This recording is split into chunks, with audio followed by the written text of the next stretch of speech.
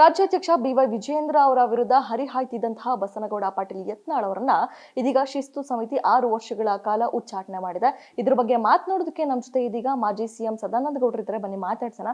Sir, ಇದೀಗ ಶಿಸ್ತು ಸಮಿತಿ ಹೈಕಮಾಂಡ್ ಏನು ಯತ್ನಾಳ್ ಅವರನ್ನ 6 ವರ್ಷಗಳ ಕಾಲ ಉಚ್ಚಾಟನೆ ಮಾಡಿರುವಂತದ್ದು, ಇದ್ರ ಬಗ್ಗೆ ಏನ್ ಹೇಳ್ತೀರಾ? ಏನಿಲ್ಲ, ಕೇಂದ್ರದವರು ಹಳೆದು ತೂಗಿ ತೀರ್ಮಾನಗಳನ್ನು ತಗೊಳ್ಳಿದ್ದಾರೆ. ಸುಮಾರು 1 ವರ್ಷ 6 ತಿಂಗಳಿಂದ ಈಚೆಗೆ ರಾಜ್ಯದ BJPಯಲ್ಲಿ ನಡೀತಾ ಇರುವಂಥ ಗುಂಪುಗಾರಿಕೆ, ಅದರ ಬಗ್ಗೆ ಕೇಂದ್ರದ ವರಿಷ್ಠರು ಕೊಟ್ಟಂಥ ಶೋಕಾಸ್ ನೋಟಿಸು ಬಾಕಿ ವಗೈರೆ ಯಾವುದೋ ಇವತ್ತು ಒಂದು ಹಂತಕ್ಕೆ ಬಂದಿದೆ. ಯತ್ನಾಳ್ರನ್ನ 6 ವರ್ಷದ ಕಾಲ ಪಕ್ಷದಿಂದ ಉಚ್ಚಾಟನೆ ಮಾಡಿದ್ದಾರೆ. ಭಾರತೀಯ ಜನತಾ ಪಾರ್ಟಿ 2 ವಿಚಾರಕ್ಕೆ ಜನರಿಂದ ಮೆಚ್ಚುಗೆ ಪಡ್ಕೊಂಡಂಥ ಪಾರ್ಟಿ. ಒಂದು cadre based party, 2 disciplined party ಅಂತ. ಆದ ಕಾರಣ ಇದು 2 ಇದ್ದಾಗಲೇ ಭಾರತೀಯ ಜನತಾ ಪಾರ್ಟಿ ಯಶಸ್ವಿಯಾಗ್ತದೆ. ಕರ್ನಾಟಕದಲ್ಲಿ ಅಶಿಸ್ತು ಸ್ವಲ್ಪ 6-8 1 ವರ್ಷದಿಂದ ಈಚೆ ಸ್ವಲ್ಪ ಮಟ್ಟಿಗೆ ಜೋರಿತ್ತು. ಇವತ್ತು ಅದನ್ನು ನಿಲ್ಲಿಸಬೇಕು ಅಂತ ಹೇಳುವಂಥ ಪ್ರಯತ್ನ ಕೇಂದ್ರದವರು ಮಾಡಿದ್ದಾರೆ. ಅವರ ಒಂದು ಹೆಜ್ಜೆ ಇವತ್ತು ಇಟ್ಟಿದ್ದಾರೆ. ಅದರ ಪ್ರಕಾರ ಶೋಕಾಸ್ ನೋಟಿಸ್ ಕೊಟ್ಟದಕ್ಕೆ ಇವತ್ತು ಒಂದು ಪೂರ್ಣ ವಿರಾಮವನ್ನು ಹಾಕಿದ್ದಾರೆ. ಅಂದ್ರೆ ಯತ್ನಾಳ್ ಅವ್ರಿಗೆ ಈಗಾಗಲೇ ಹೈಕಮಾಂಡ್ 2 ಬಾರಿ ಶೋಕಾಸ್ ನೋಟಿಸ್ ಅನ್ನ ಕೊಟ್ಟಿತ್ತು. ಎಲ್ಲ ಒಂದ್ ಕಡೆ ಯತ್ನಾಳ್ ಅವರು ಎಚ್ಚೆತ್ತುಕೊಳ್ಳದೆ ಎಡವದ್ರ ಅಂತ ಕೊಟ್ಟ ನಂತರ ಅದಕ್ಕೆ ಉತ್ತರವನ್ನ ಕೂಡ ಕೊಡ್ತಾ ಇದ್ರು. ವಿವರವಾಗಿ ಉತ್ತರವನ್ನ ಕೊಟ್ಟಿದ್ದೆ ಅಂತ ಇಂದು ಮಧ್ಯಾಹ್ನ ದೆಹಲಿಯಲ್ಲೂ ಕೂಡ ಹೇಳಿದ್ರು ಅವರು. ಎಲ್ಲ ಒಂದ್ ಕಡೆ ಎಡವದ್ರ ಯತ್ನಾಳ್ ಅವರು ಎಚ್ಚೆತ್ಕೊಳ್ಬೋದಿತ್ತಲ್ವಾ ಅಂತ. ನೋಡಿ, ಇದು ಅವರಿಗೆ ಬಿಟ್ಟ ವಿಚಾರ. ಮನುಷ್ಯನಿಗೆ ಈಗೋ ಪ್ರಾಬ್ಲಮ್ ಇರಬಾರ್ದು. ನಾನು ಬಿಟ್ಟರೆ ನನ್ನ ಸಮುದಾಯ ಇಲ್ಲ, ನಾನು ಬಿಟ್ಟರೆ ನನ್ನ ಭಾಗ ಅದು ಈ ಪಕ್ಷದ ಜೊತೆ ಇಲ್ಲ, ಅಥವಾ ನಾನು ಎಲ್ಲವನ್ನ ತಿಳಿದಂಥ ಬಲ್ಲಂಥ ಮೇಧಾವಿ, ಈ ರೀತಿಯ ಸಂಘಟನೆಯಲ್ಲಿ ಈಗೋ ಪ್ರಾಬ್ಲಮ್ಗಳನ್ನು ಎಷ್ಟರ ಮಟ್ಟಿಗೆ ನಾವು ಉಪಯೋಗ ಮಾಡಬೇಕು ಅಷ್ಟೇ ಮಾಡಬೇಕು. ಅದರ ವ್ಯಾಪ್ತಿಯಿಂದ ಹೊರಗೆ ಹೋಗುವಂಥದ್ದು ಸರಿಯಲ್ಲ. ಅವರು ಎಲ್ಲ ಒಂದು ರೀತಿಯಲ್ಲಿ ಅವರ ವ್ಯಾಪ್ತಿಯಿಂದ ಹೊರಗೆ ಹೋದರು. ಅದಕ್ಕಾಗಿಯೇ ಕೇಂದ್ರದವರು ಈ ತೀರ್ಮಾನಕ್ಕೆ ಬಂದಿದ್ದಾರೆ ಅಂತ ನಾನು ಭಾವಿಸ್ತಾ ಇದ್ದೀನಿ. ಸರ್, ಸಾಕಷ್ಟು ಬಾರಿ ನೀವು ಕೂಡ ಹೇಳಿದ್ರಿ, ಹೈಕಮಾಂಡ್ ಯಾಕೋ ನಮ್ಮ ರಾಜ್ಯ BJPಯನ್ನ ಕಡೆಗಣಿಸ್ತಾ ಇದೆ, ಇಷ್ಟೆಲ್ಲ ಬೀದಿಗಿಳಿದು ರಂಪಾಟ ಮಾಡ್ತಿದ್ರು ಕೂಡ ಇದ್ರ ಬಗ್ಗೆ ಗಮನ ಕೊಡ್ತಾ ಇಲ್ಲ ಅಂತ. ನಿನ್ನೆ ಅಷ್ಟೇ 5 ನಾಯಕರ ವಿರುದ್ಧ ಶೋಕಾಸ್ ನೋಟಿಸ್ ಅನ್ನ ಕೊಟ್ಟಿತ್ತು ಹೈಕಮಾಂಡ್. ಇವತ್ತು ಉಚ್ಚಾಟನೆ ಕೂಡ ಮಾಡಿರುವಂತದ್ದು, ಇದ್ರ ಬಗ್ಗೆ ಏನ್ ಹೇಳ್ತೀವಿ? ನೋಡಿ, ಕೇಂದ್ರದವರು 2-3 ರಾಜ್ಯಗಳ ಚುನಾವಣೆ ನಮಗೆ ಭಾರಿ ಗಂಭೀರವಾದಂಥ ರೀತಿಯಲ್ಲಿ ಅವರು ತಗೊಂಡದ್ದು. ಆ 2-3 ರಾಜ್ಯಗಳ ಚುನಾವಣೆಯಲ್ಲಿ ನಾವು ಯಶಸ್ವಿಯಾದ ನಂತರ ಕರ್ನಾಟಕದ ಆಂತರಿಕ ಕಚ್ಚಾಟದ ಬಗ್ಗೆ ಸೀರಿಯಸ್ ಆಗಿ ತಗೊಂಡಿರುವಂಥದ್ದು ನಾವು ಕಂಡಿದ್ದೇವೆ. ಇವತ್ತು ನಾನು ಹೇಳುವಂಥದ್ದೆಲ್ಲ ಹಿಂದೆಯೂ ಹೇಳ್ತಾ ಇದೆ, ಈ ಗುಂಪುಗಾರಿಕೆಗಳು ಕೇವಲ ಒಂದು ಸೈಡಿಂದ ನಡೆಯೋದಿಲ್ಲ, ಗುಂಪುಗಾರಿಕೆಗಳು 2 ಭಾಗದಿಂದಲೂ ನಡೀತವೆ. ಆದ ಕಾರಣ 2 ಭಾಗದ ಮೇಲೆ ಕೂಡ ಒಂದು ಗಂಭೀರವಾದಂಥ ಎಚ್ಚರಿಕೆಯನ್ನು ಕೊಡುವಂಥ ಕೆಲಸ ಕಾರ್ಯಗಳನ್ನು ಮಾಡಬೇಕು ಕೇಂದ್ರದವರು ಅಂತ ಹೇಳುವಂಥ ನಾನು ನೇರವಾಗಿ ಹೇಳಿದ್ದೀನಿ. ಕೋರ್ ಕಮಿಟಿಯಲ್ಲಿ ಇದರ ಬಗ್ಗೆ ಚರ್ಚೆ ಮಾಡಿದ್ದೀನಿ. ಅದಕ್ಕಾಗಿ ಹಲವಾರು ಜನರಿಗೆ ನಿನ್ನೆ ನೋಟಿಸ್ ಕೊಟ್ಟಿರುವಂಥದ್ದು. ವಿಶೇಷವಾಗಿ ಸೋಮಶೇಖರ್, ಶಿವರಾಮ್ ಹೆಬ್ಬಾರರು ನಮ್ಮ ಪಾರ್ಟಿಗೆ ಬಂದು ಮಂತ್ರಿಗಳಾಗಿ ನಮ್ಮ ಚಿಹ್ನೆಯಲ್ಲಿ ಗೆದ್ದು ಇವತ್ತು ಕಾಂಗ್ರೆಸ್ನ ವೇದಿಕೆಯಲ್ಲಿ ಕೂತ್ಕೊಂಡು ನಮಗೆ ಹೀನಾಮಾನವಾಗಿ ನಮ್ಮ ಪಾರ್ಟಿಗೆ, ಪಕ್ಷಕ್ಕೆ, ನಮ್ಮ ನಾಯಕರಿಗೆ ಬೈಯುವಂಥವರನ್ನು ನಾವು ಹೀಗೆ ಬಿಡ್ತೀವಲ್ಲ, ಇದು ತುಂಬ ನೋವು ಬಂದಂಥ ಸಂಗತಿಗಳು. ಆದ ಕಾರಣ ಇವತ್ತು ಅವರಿಗೆಲ್ಲ ನೋಟಿಸ್ ಕೊಟ್ಟು ಅವರ ಮೇಲೆ ಆ್ಯಕ್ಷನ್ ತಗೊಳ್ಬಹುದು ಅಂತ ಹೇಳುವಂಥ ಒಂದು ಮುನ್ಸೂಚನೆ ನಮಗೆ ದೊರಕಿದೆ. ಸರ್, ನೀವು ಎಸ್ ಟಿ ಸೋಮಶೇಖರ್ ಬಗ್ಗೆ ಹೇಳಿದಕ್ಕೆ ಕೇಳ್ತಾ ಇದ್ದೀನಿ. ಬೆಳಗ್ಗೆ ಅಷ್ಟೇ ಅವ್ರು ಹೇಳಿದ್ರು, ನಾನು ಯಾವುದೇ ರೀತಿಯಾಗಿ BJPಗೆ ಮುಜುಗರ ಆಗುವಂತಹ ಹಾಗೆ ಮಾಡಿಲ್ಲ, ಸರ್ಕಾರಿ ಸಭೆಗಳಲ್ಲಿ, ಸರ್ಕಾರಿ ಕಾರ್ಯಕ್ರಮಗಳಲ್ಲಿ ನಾನು ಭಾಗಿಯಾಗಿದ್ದೆ, ಮುಜುಗರ ಆಗಿಲ್ಲ ನನ್ನಿಂದ ಅಂತ ಹೇಳಿದ್ದಾರೆ.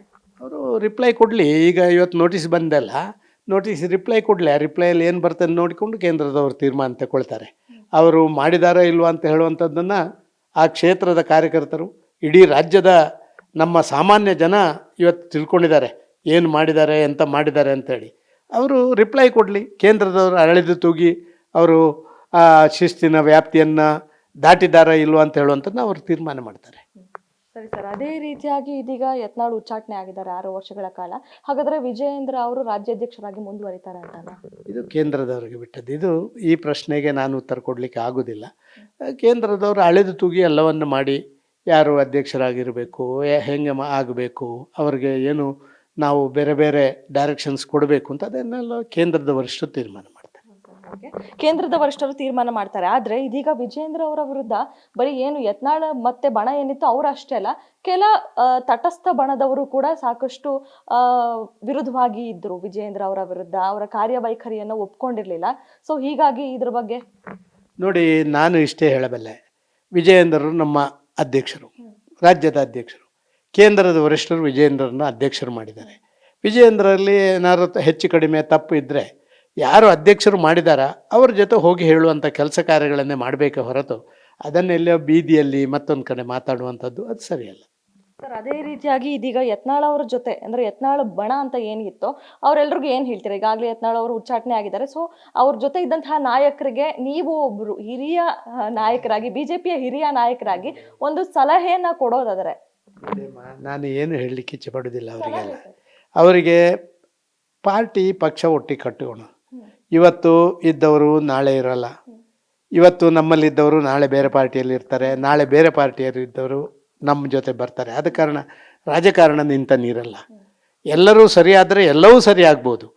ಆದ ಕಾರಣ ಎಲ್ಲ ಸರಿ ಮಾಡಿಕೊಂಡು ಹೋಗುವಂಥ ಕೆಲಸ ಕಾರ್ಯಗಳನ್ನು ಮಾಡೋಣ. ಎಲ್ಲರೂ ತಪ್ಪಾಗಿದ್ದರೆ ಮತ್ತೊಂದಾಗಿದ್ದರೆ ಅದನ್ನು ಸರಿ ಮಾಡಬೇಕು ಅಂತ ಹೇಳುವಂಥ ಸಲಹೆಗಳನ್ನು ಅವರೂ ಕೊಡಲಿ ನಮ್ಮ ವರಿಷ್ಠರಿಗೆ.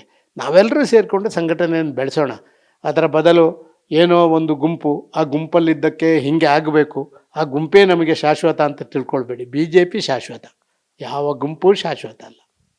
ಸರ್, ಅದೇ ರೀತಿಯಾಗಿ ಕೆಲವು ದಿನಗಳ ಹಿಂದೆ ಅಷ್ಟೇ ಕೇಳಿ ಬರ್ತಾ ಇದ್ದಂತಹ ಮಾತು, ಯತ್ನಾಳ್ ಅವರು ಹೊಸ ಪಕ್ಷವನ್ನ ಕಟ್ತಾರೆ, ಹಿಂದುತ್ವ ಪಕ್ಷವನ್ನ ಕಟ್ತಾರೆ, ಏನಾದರೂ ಉಚ್ಚಾಟನೆ ಮಾಡಿದ್ರೆ ಅನ್ನುವಂಥದ್ದು. ನೋಡಿ, ನಾನು ಇಷ್ಟೇ ಹೇಳಲಿಕ್ಕೆ ಇಚ್ಛೆ ಪಡ್ತಾ ಇದ್ದೇನೆ. ಜನಸಂಘ BJP ಈ ಒಂದು ಪಕ್ಷ ಮಾತ್ರ ನಿರಂತರವಾಗಿ ಇದರಿಂದ ಹೊರಗೆ ಹೋದವರು, ಹೊರಗೆ ಹಾಕಲ್ಪಟ್ಟವರು ಯಾರು ಕೂಡ ಯಾವುದರಲ್ಲಿ ಕೂಡ ಎಲ್ಲಿಯೂ ಯಶಸ್ವಿ ಆಗಿಲ್ಲ. ನೀವು ಎಲ್ಲರನ್ನು ನೋಡ್ಬೋದು, ರಾಜ್ಯದ ವರಿಷ್ಠರನ್ನು ನೋಡ್ಬೋದು, ಕೇಂದ್ರದ ವರಿಷ್ಠರನ್ನು ನೋಡ್ಬೋದು. ಆದ ಕಾರಣ ಈ ಪಕ್ಷ ಕಟ್ತೇನೆ ಮತ್ತೊಂದು ಮಾಡ್ತೇನೆ. ನಮ್ಮ ನಾಯಕರಾದಂಥ ಯಡಿಯೂರಪ್ಪರು ಪಕ್ಷ ಕಟ್ಟಿದರು. ಎಲ್ಲರೂ ಹೇಳಿದರು ಯಡಿಯೂರಪ್ಪರು ಇಲ್ಲ ಇದ್ದರೆ ಏನಿಲ್ಲ ಕರ್ನಾಟಕದಲ್ಲಿ ಅಂತ. ಭಾರತೀಯ ಜನತಾ ಪಾರ್ಟಿ 40 ಸ್ಥಾನಗಳನ್ನು ಗೆದ್ದು ಅವರು 4 ಸ್ಥಾನಗಳನ್ನು ಗೆದ್ದಿದ್ದು. ಆದ ಕಾರಣ ಎಲ್ಲ ಒಂದು ಕಡೆ ಇದನ್ನೆಲ್ಲ ನಾವು ಚರ್ಚೆ ಮಾಡುವಂಥದ್ದು ಅಗತ್ಯ ಅಲ್ಲ. ಭಾರತೀಯ ಜನತಾ ಪಾರ್ಟಿಗೆ ವ್ಯಕ್ತಿ ಆಧಾರಿತವಾದಂಥ ಪಾರ್ಟಿ ಅಲ್ಲ. ಭಾರತೀಯ ಜನತಾ ಪಾರ್ಟಿ ತತ್ವ ಆಧಾರಿತವಾದಂಥ ಪಾರ್ಟಿ. ಭಾರತೀಯ ಜನತಾ ಪಾರ್ಟಿ ವಿಚಾರ ಆಧಾರಿತವಾದಂಥ ಪಾರ್ಟಿ. ಭಾರತೀಯ Janata party cadre based party. ಆದ ಕಾರಣ ನರೇಂದ್ರ ಮೋದಿಯವರು ನಮ್ಮ ನಾಯಕರು, ಜಾಗತಿಕ ನಾಯಕರು, ಒಪ್ಪಿಕೊಳ್ತೇನೆ ನಾನು. ಆದರೆ ಇದರ ಹಿಂದೆ ಇರುವಂಥ ಕಾರ್ಯಕರ್ತರು ನಮ್ಮ ಹಿಂದಿನಿಂದ ಬಂದಂಥ ವಿಚಾರಕ್ಕೆ, ನಾವು ಅಧಿಕಾರಕ್ಕೆ ಜನಸಂಘ ಬಂದಾಗ ಅಧಿಕಾರ ಬಿಟ್ಟು ಬಂದವರು. ಶ್ಯಾಮ್ ಪ್ರಸಾದ್ ಮುಖರ್ಜಿ ಮಂತ್ರಿ ಸ್ಥಾನಕ್ಕೆ ರಾಜೀನಾಮೆ ಕೊಟ್ಟು ಬಂದವರು. ನಾವು ಭಾರತೀಯ ಜನತಾ ಪಾರ್ಟಿ ಕಟ್ಟಿದಾಗ ಅಟಲ್ ಬಿಹಾರಿ ವಾಜಪೇಯಿ, ಅದ್ವಾನಿ, ನಾನಾಜಿ ದೇಶ್ಮುಖ್ ನಮ್ಮ ಮಂತ್ರಿ ಸ್ಥಾನಕ್ಕೆ ರಾಜೀನಾಮೆ ಕೊಟ್ಟು ಕಟ್ಟಿದವರು. ಆದ ಕಾರಣ ಬರೀ ಅಧಿಕಾರಕ್ಕೋಸ್ಕರ ನಾವು ಪಕ್ಷ ಕಟ್ಟಿದವರಲ್ಲ. ಆದ ಕಾರಣ ವಿಚಾರವನ್ನು ತಿಳಿದು ಪಕ್ಷ ಕಟ್ಟುವಂಥ ಜನ ಈ ದೇಶದಲ್ಲಿ ಸಾಕಷ್ಟು ಸಂಖ್ಯೆಯಲ್ಲಿದ್ದಾರೆ. ಅವರೆಲ್ಲ ನಮಗೆ ಆಶೀರ್ವಾದ ಮಾಡ್ತಾರೆ. ಇದಿಷ್ಟು ಮಾಜಿ CM ಸದಾನಂದ ಗೌಡ ಮಾತು. ಕ್ಯಾಮ್ರಾ ಪರ್ಸನ್ ಪವನ್ ಜೊತೆ ಕವನ ಶಿವಣ್ಣ, ಗ್ಯಾರಂಟಿ ನ್ಯೂಸ್, ಬೆಂಗಳೂರು.